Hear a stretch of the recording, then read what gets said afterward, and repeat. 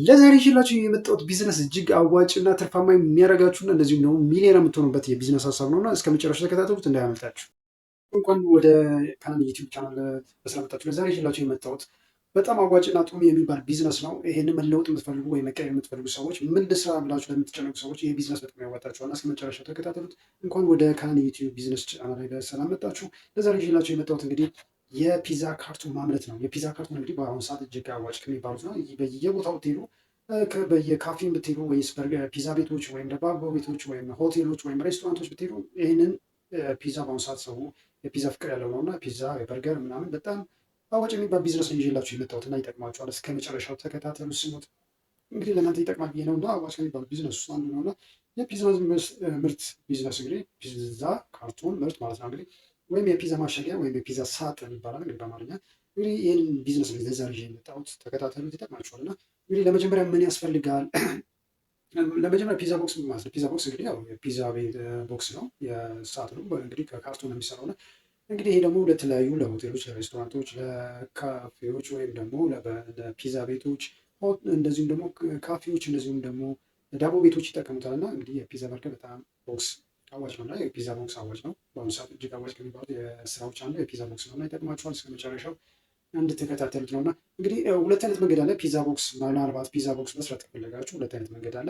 አንደኛው ምንድነው? ከዋናው ወይ ከድርጅቶች ወስዳችሁ እናንተ ማከፋፈል ነው። ከአምራቾች ወስዳችሁ ማከፋፈል ነው። አለበዛ ደግሞ አቅማችሁ ካልፈቀደ ወይም በትንሽ ገንዘብ ልስራ ካላችሁ ከዋና ከአምራቾቹ ተወሱና በጅምላ እናንተ ደግሞ ለሆቴሎች፣ ለተለያዩ እንትኖች፣ ለፒዛ ቤቶች፣ ለካፌዎች፣ ለሬስቶራንቶች፣ ለዳቦ ቤቶች ምናምን ታከፋፍላላችሁ ማለት ነው። እንግዲህ ወይም እናንተ ደግሞ ወስዳችሁ ሱቅ የራሳችሁ ሱቅ ከአምራችሁ ተወስዱ ሱቃችሁ አድርጋችሁ ማከፋፈል ትችላላችሁ። እናንተም ይሄን ሆቴል ላይ መሄድ አይጠበቅባችሁ፣ በራሳቸው ነጋዴዎች መጥተው ሊገዟችሁ ይችላሉ እና እንግዲህ ይሄ አንደኛው መንገድ ነው። ሁለተኛው መንገድ ደግሞ አቅማችሁ የፈቀደ ራሱ ማምረቻውን ገዝታችሁ የፒዛ ቦክስ ማምረቻውን ወይም የፒዛ ሳጥን ማምረቻውን ገዝታችሁ ማሽኑ ገዝታችሁ ራሳችሁ ማምረት ትችላላችሁ ማለት ነው። እንግዲህ ይህ ነው ሁለት አይነት መንገድ እንግዲህ ከሁለት አንዱ እንግዲህ የሚጠቀሙት ነው። ገንዘብ አነስተኛ ለሆናችሁ ያኛው መንገድ ተጠቀሙት።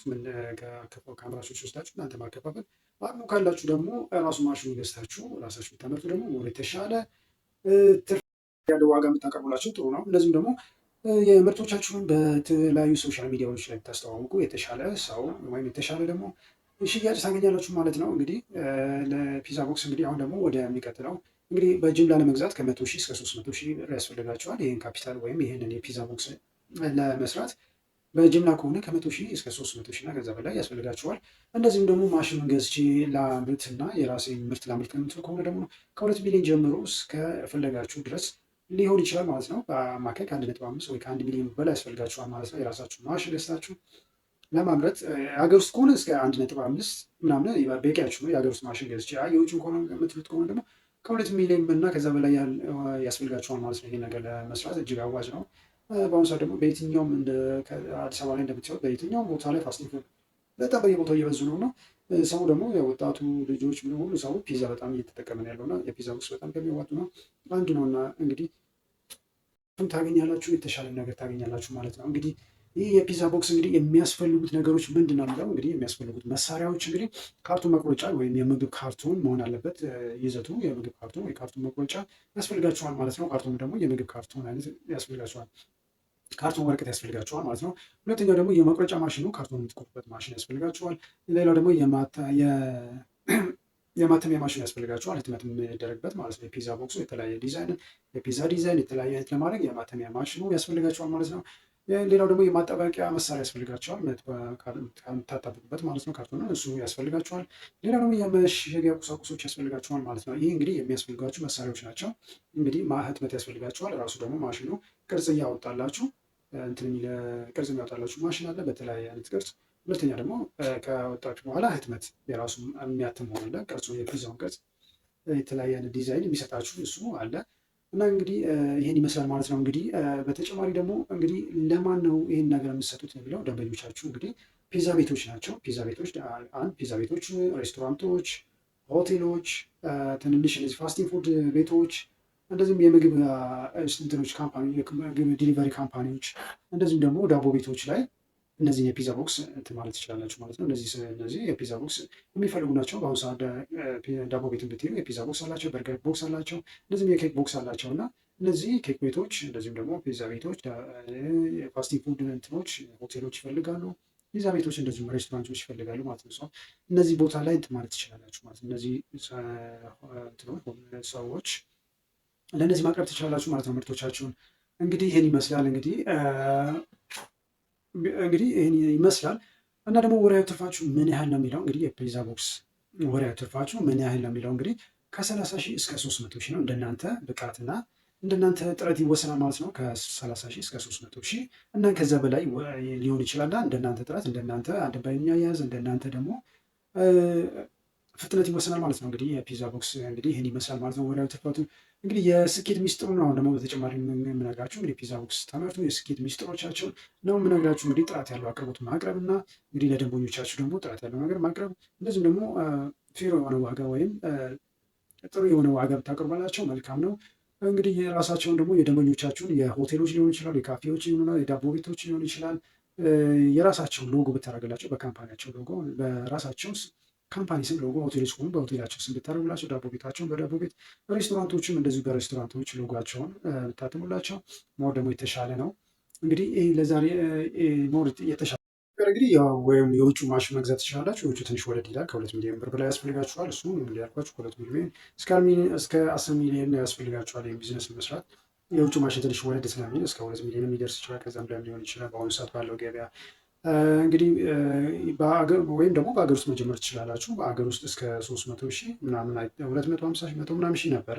ምናልባት አሁን 200 ምናምን ሺህ ሊገባ ይችላል እና እንግዲህ እስከዛ ባለው መጠቀም ትችላላችሁ። በሀገር ውስጥ መስራት ትችላላችሁ። ኢቨን ፕሪንተሯች የሀገር ውስጧ 60 ሺህ 40 ሺህ አካባቢ ነበረች እና እንደ ፕሪንት የምታደርግበት የፒዛውን ዲዛይን የምሰራበት እሷም የሀገር ውስጥ መጠቀም ትችላላችሁ። መቁረጫውንም የሀገር ውስጥ ገዝታችሁ መጠቀም ትችላላችሁ። አቅማችሁ ከፈቀደ ደግሞ የውጭውን ያው ትንሽ ዲጂታል ነገር ስላለው እሱ መጠቀም ትችላላችሁ ወድድ ስለሚለው እና እንግዲህ የፒዛ ቦክስ ሁለቱ አማራጭ አላላችሁ። አንድ የሀገር ውስጥን እዚሁ ሀገር ውስጥ የሚያመርቱ ሰዎች አሉ። እሱ ገዝታችሁ ምናልባት እንግዲህ አድራሻውም ከፈለጋችሁ ደግሞ አድራሻቸውን ልነግራችሁ እችላለሁ። አንደኛው እንትን ነው ምንድን ነበር የሚባለው መሰላችሁ አድራሻው ጠፋብኝ። እንግዲህ አድራሻው ከፈለጋችሁ አድራሻውን በኮሜንት ሴክሽን ላይ የምነግራችሁ ይሆናል። ጠይቁኝ። ከፈለጋችሁ የት ቦታ ሄዳችሁ ይህን ማሽን መግዛት እንዳለባችሁ ኮሜንት ሴክሽን ላይ ጠይቁኝ። እዛ ላይ እንትን እላችኋለሁ። በቃ ላይ ስለጠፋብኝ ነውና እዛም ሄዳችሁ ፕሪንተሩ ነው እንደዚሁም ደግሞ መቁረጫ ማሽኑ እንደዚሁም ካርቶኑ ነው ሙሉ ጥሬ ዕቃውን ስለ ካርቶን ስለ ፒዛ ማሽን ከፈለጋችሁ በኮሜንት ሴክሽን ላይ ጻፉልኝ። የምትፈልጉትን ቦታ እኔ እዛው ኮሜንት ሴክሽን ላይ እነግራችሁ ይሆናል ማለት ነው። ይላችሁ የመጣሁት የፒዛ ቦክስ ምርት ይመስላል እና በጣም እጅግ አሁን ሰዓት አዋጭ ከሚባሉ ቢዝነሶች ነው እና ይህን መጀመር የምትፈልጉ ካላችሁ ጀምሩት። በጣም ያዋጣችኋል እና እናንተ ምንድነው ካፒታላችሁ ማወቅ አለባችሁ። በስንት ካፒታል መነሳት ያለባችኋል። ትንሽ ካፒታል ካላችሁ ከዋናዎቹ ከስሜቾቹ ገዝታችሁ ወይም ከአስመራቾቹ ገዝታችሁ ማከፋፈል ነው የእናንተ ስራ። ደግሞ አቅሙ ካላችሁ ደግሞ የራሳችሁ በትምህርቱ ሞር የተሻለ ትርፍና የተሻለ ነገር ታገኛላችሁ ማለት ነው። እንግዲህ ለዛሬ ይዤላችሁ የመጣሁት የፒዛ ቦክስ ምርት ይህን ይመስላል። አዋጩ የፒዛ ቦክስ የአዋጩ የፒዛ ቦክስ ወይም የፒዛ ሳጥን ምርት እንግዲህ ይህን ይመስላል። እንግዲህ ከእኔ አስተያየት ካላችሁ እኔ የምትሉት ነገር ወይም ደግሞ ካለ በኮሜንት ሴክሽን ላይ ያስፈሩልኝ። ለመቀጥለው አሪፍ የሆነ የቢዝነስ ሀሳብ ይዤላችኋለሁ። ከወደዳችሁ ላይክ፣ ሰብስክራይብ ማድረጋችሁን አትርሱ። ለእኔ ማበረታቻ ነው፣ ለእናንተ ደግሞ የተሻለ ነገር ለሚቀጥለው ይዤ እመጣለሁ ማለት ነው። ለዛሬ ይዤላችሁ የመጣሁት የፒዛ ቦክስ ምርት አዋጩና በአሁኑ ሰዓት ምርት ከሚባሉ የቢዝነስ ሀሳቦች አንዱ የፒዛ ቦክስ ምርት ነው እና እንግዲህ ይሄ ሀሳብ ካላችሁ እንግዲህ ይህን ቪዲዮ እስከመጨረሻው ተከታተሉትና ይጠቅማችኋል። ከወደዳችሁት እንግዲህ ላይክ፣ ሰብስክራይብ ማድረጋችሁን አትርሱ። ለዛሬ ይዤላችሁ የመጣሁት ይህን ይመስላል። በካለን ቢዝነስ ቲዩብ ለሚቀጥለው ደግሞ አሪፍ ይዤላችሁ ነው የሚመጣ ቃል እገባላችኋለሁ። ፒስ